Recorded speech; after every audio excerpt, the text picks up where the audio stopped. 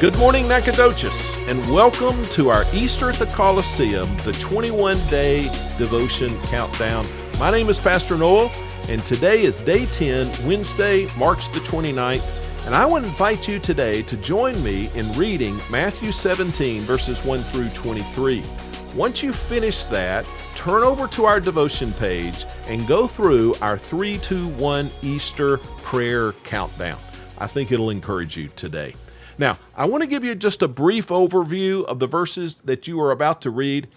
This is a great chapter. The first dozen or so verses focus on what we call the transfiguration of Christ.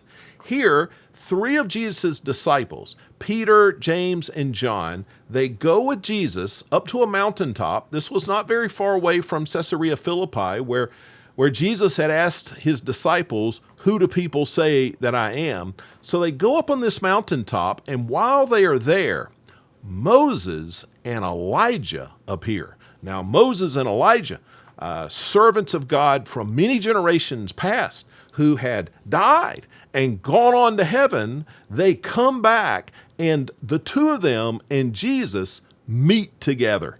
And the disciples, the three disciples who were present, were able to see this. And then they heard a message from heaven. God spoke and said, "This is my beloved Son, with whom I am well pleased. Listen to him." What an amazing experience this would have been for those three disciples. Well, next in this passage, you see Jesus exercise power over a demon. And then we see a prediction, Jesus predicting his own death and resurrection. It says, "The Son of Man is about to be betrayed into the hands of men. They will kill him, and on the third day he will be raised up." I heard someone say once that if somebody could predict their death and predict their resurrection and then die and then come back to life, then that settles it. I'm with that man. Well, that's exactly what Jesus did.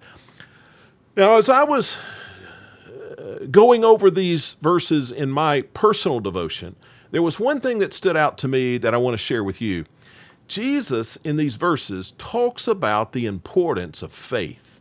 He says, in fact, that faith the size of a mustard seed, with that faith, you could move mountains.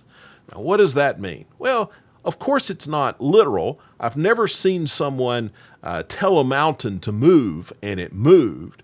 No, Jesus is saying that if we will have true faith, if we will really trust him, if we will be bold, if we'll take a risk, if we will give our all, that he can and will do great things through our faith. Jesus wraps up this passage, the passage on faith, by saying of the person with faith, nothing will be impossible for him. Now, here's where the Lord really drew my attention. I wonder, and I ask myself in my devotion this question: how is my lack of faith, my lack of confidence, my lack of trust in the Lord, how is that limiting my effectiveness? How is that keeping me from serving the Lord with excellence? How is that keeping me from praying the way I ought to pray, witnessing the way I ought to witness, and giving the way that I ought to give? If we have faith in God, nothing is impossible. I hope this is an encouragement to you. I hope you'll take the time to read these Bible verses, and I hope to see you here tomorrow.